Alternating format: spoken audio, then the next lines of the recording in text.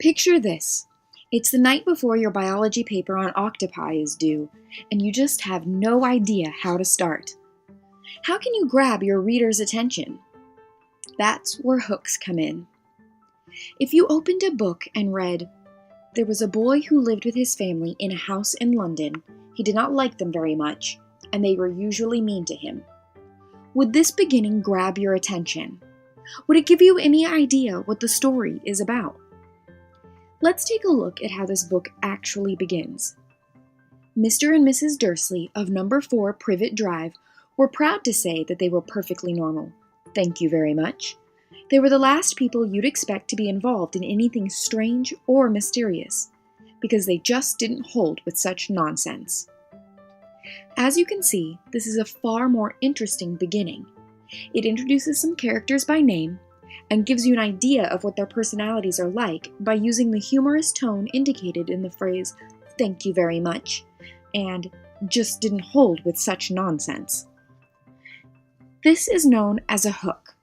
Really, it should be called the bait, but it is the way in which a writer hooks their reader into continuing to read. So let's take a look at some hooks that you can consider for your next piece of writing. Keep in mind that there are many other options available, but these are a few of the most common. There is humor, quotations, an interesting fact, a descriptive opening, and a question. Let's see how these work in action. Back to the beginning of Harry Potter. Mr. and Mrs. Dursley of number 4 Privet Drive were proud to say that they were perfectly normal. Thank you very much. They were the last people you'd expect to be involved in anything strange or mysterious, because they just didn't hold with such nonsense. We can categorize the attitude conveyed in this opening as humorous, so let's place it in the humor category. Now the beginning of Charlotte's Web by E.B. White. "Where's Papa going with that axe?" said Fern to her mother as they were setting the table for breakfast. This book opens by quoting Fern, and therefore can be placed in the quotations category.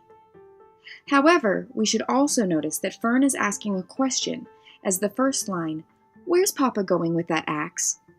So this opening can also be placed in the questions category. The Mind Readers begins with an interesting statement. "The man sitting across from me at the cafe was thinking about murdering his wife." This bold statement about the man in the cafe can be placed in the interesting fact category. And Chitty Chitty Bang Bang begins with this mouthful. "Most motor cars are conglomerations," this is a long word for bundles, "of steel and wire and rubber and plastic and electricity and oil and gasoline and water and the toffee papers you pushed down the crack in the back seat last Sunday." It is safe to say that this detailed start can be placed in the descriptive category. All 4 examples can cross the lines between categories of hooks, and all give some sense of what the reader can expect to find out by continuing to read.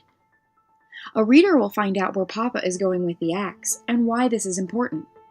They will find out how the narrator knows that a man is thinking about murdering his wife, and what the narrator will do about it.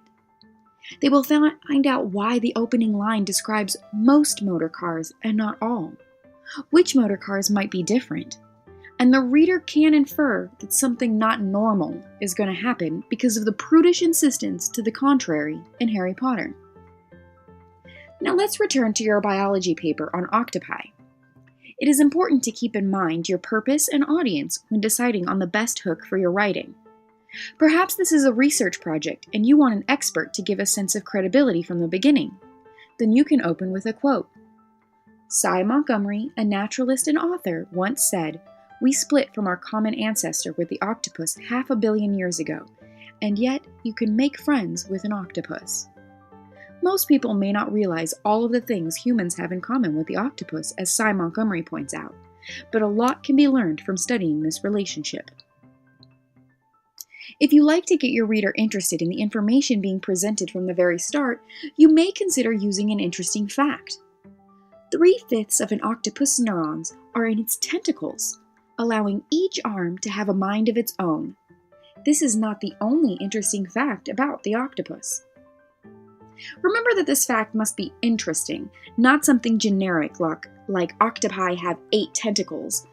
This is so your reader's curiosity is piqued from the very first sentence. Maybe you want your reader to imagine a full picture of the topic you are discussing. Then you can write a descriptive opening. Deep in the heart of the ocean, the octopus glides in an underwater dance. This majestic creature is a treasure trove of interesting facts. If you are writing something a little more informal and your audience enjoys an occasional laugh, then you can try a humorous opening. Some young children refer to the octopus as the fluffy floppy spider of the sea. And they may not be too far off in their assessment. The octopus may be one of the strangest yet interesting ocean animals. And lastly, a question is a common way of drawing readers into a topic. How many facts do you actually know about the octopus?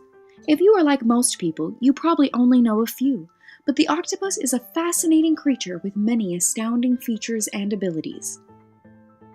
But like the interesting fact, a question must also get a reader interested and should be selected with care. Avoid questions that are too simple and generic, like, "Have you ever heard of an octopus?" So now that we've taken a look at a few effective hook examples, and I've shown you how each can work for a topic, it is your turn to practice on your own. On the black and white handout you were given, take some time to come up with hooks in each of the 5 categories as though you were writing a paper describing your favorite summertime activity. You may find that you like some hooks better than others. Hopefully, the next time you find yourself looking for a way to begin, you can look back at this practice and find just the right bait to lure your reader in.